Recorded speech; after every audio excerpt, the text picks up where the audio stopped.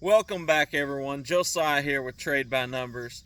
As you know, if you hate making money, this is not the channel for you. If you like making money, if you like learning about stocks, crypto, and all things investing, definitely stick around. Like the video, follow me, and you're going to get a ton of information out of this. Now, today I want to talk about crypto just a little bit, and now I want to talk about some different investment types because stocks and crypto is not all I do, and I've had a lot of questions about do you like investing in real estate and things like this, and I'm going to cover those today. So stick around with me. The first thing I got for you, Bitcoin's running up. Bitcoin up over 24,000.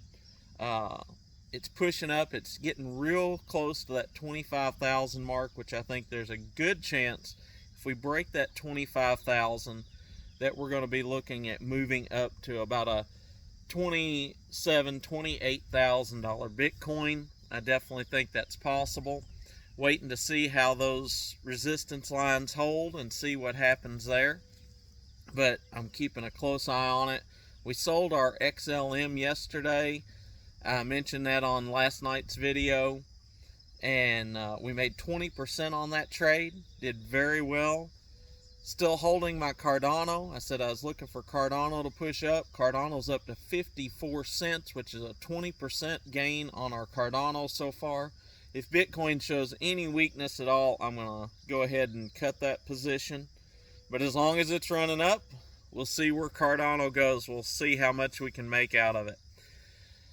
Now, with that being said, getting back to the different types of investing. Of course, you can invest your money into all kinds of things. You can invest into business, you can invest into stocks and crypto and real estate, and there's all types of investing.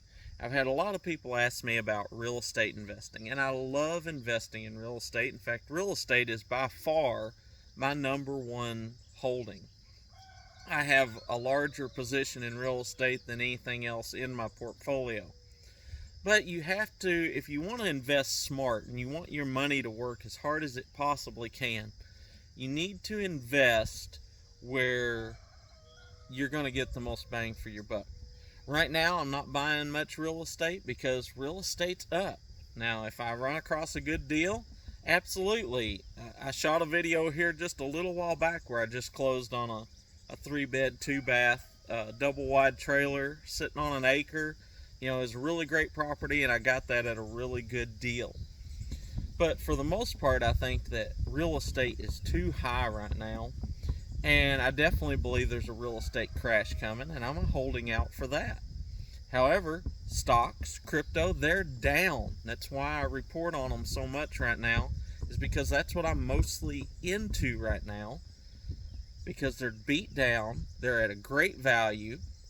Now's the time to buy into them, especially if you're buying long term. We're not talking about just trading, but my long term portfolio. When Bitcoin was up over 60,000, that's when I sold most of my Bitcoin and Ethereum and my other altcoins. And since they've come back down, Ethereum dropped down under 2,000 and Bitcoin started coming down under 30,000. That's when I started dollar cost averaging back into cryptos, because that's where I wanted to accumulate so that on the next bull run I'm in at a great price and there's going to be a lot of money to be made. And that's what I want you to focus on. If you're looking to invest out there, look where you're going to get the most bang for your buck. It's not that real estate's not a great investment, and I love investing in it.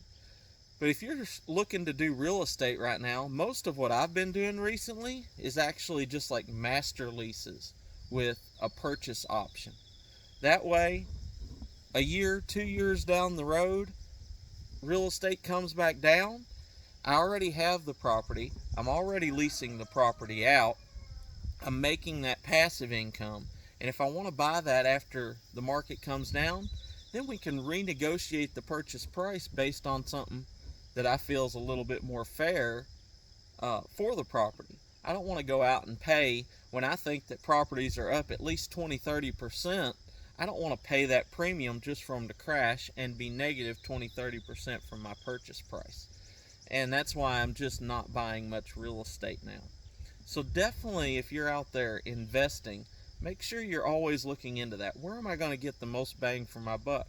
Is what I'm wanting to buy, I'm not going to be necessarily accumulating a ton of Bitcoin when it's back up 50, 60, $70,000. That's where I'm going to back off of Bitcoin and look for something else to invest in, or Ethereum, or when the stock market's back up and the multiples are running higher than the historical average. That's not when I want to be investing a large portion of my money.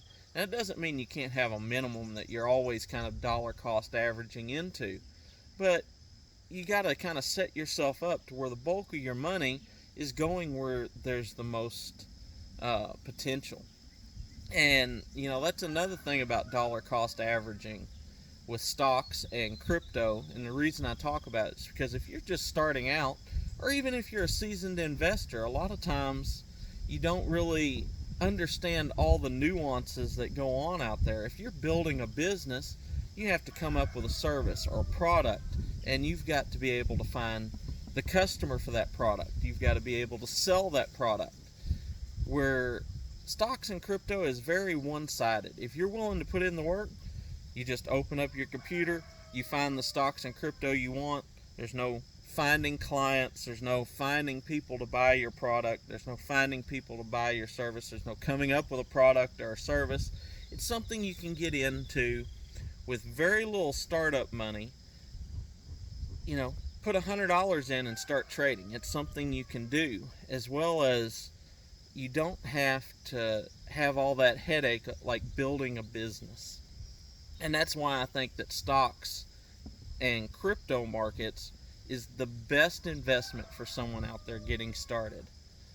And I'm going to keep coming on here and try to keep helping you. If you're dollar cost averaging in, a lot of people say just dollar cost average in every Friday. And, that's a fine strategy for some. For me, I don't put my dollar cost averaging in until I see that stock on sale. Even if the stocks are going up, I want to buy it on a red day. I don't want to buy on a green day when it's up 3-4%. I want to buy on a red day when it's down 3-4-5%. It's going to help you take your money further, because if the market's going up and you catch it on a down day, it just gives you more of a pop. And even when the market's coming down, people say, well, you don't want to be investing when the market's coming down. It's the best time to be investing. If it's coming down and it's cheaper next week, you still know you bought it on a red day. You bought it when it was pulled back. Next week, it's down even lower. Buy it on another red day when it's down. It's still going to give you the best possible entry points to that stock. And that's what I want you to take away from this, is always be looking for that best entry point. You don't have to time the market. You don't have to know that this is the cheapest it'll ever be. But know that, hey, over the last few days, it's been in the green. Today it's down 2%. That's the buying day, okay? That's when your money's going to work the hardest for you and bring you the best return over the long term. And, that principle applies right to trading. If you're trading, we're always looking for that entry point to where we're going to get that little pop and be able to sell out and knock that profit out. So that's what I got for you today. I want you to keep learning, keep pushing forward. If you haven't done it, go to the link below, get Audible. You want to be listening to audiobooks. I'm telling you, it's the best way in the world to fast track your success. It's going to give you that ability to multitask while you're out there driving, while you're doing dinner, commuting back and forth to work. You can be listening to audiobooks, because I'll tell you right now, if you hear nothing else I say, listen to this. And that is, the number one investment you can make is in yourself. If you're out there and you're not achieving the level of success that you believe you should be, it's not because of money. It's not because you haven't had the right opportunity. It's not because of any other surrounding factors. It's because of one thing, and it's going to be hard for you to hear, but it's because of your mindset. If you get your mindset right, money will follow. And I'm telling you this because I know I've done it. I worked hard all my life. I come from nothing. We had very, very little growing up. Grew up in a very poor town, lived paycheck to paycheck, busted my butt working 2-3 jobs, working 16, 18 hours a day, and could never quite get ahead. And it was because my mindset didn't have me set up to get ahead. Once you start listening to the right books, once you start getting that knowledge and realize that all you have to do is shift your thinking, and that's going to start setting you up for success, that is the most powerful thing that can happen to you. I've recommended this book before. If you don't know what to listen to, go out there and get The Richest Man in Babylon. This is the best book, I believe, for beginners to start understanding that mindset. If you've already listened to that and you want something a little deeper, a little bit controversial, but I promise you will make a world of difference, ask any wealthy person in the world. They'll tell you they've read this book, and that is Think and Grow Rich. Try them out. Let me know what you think. If you've already read these books, leave it in the comments below. Let people know how powerful this is. Until next time, be blessed, and remember, never trade with your emotions. Always trade by the numbers.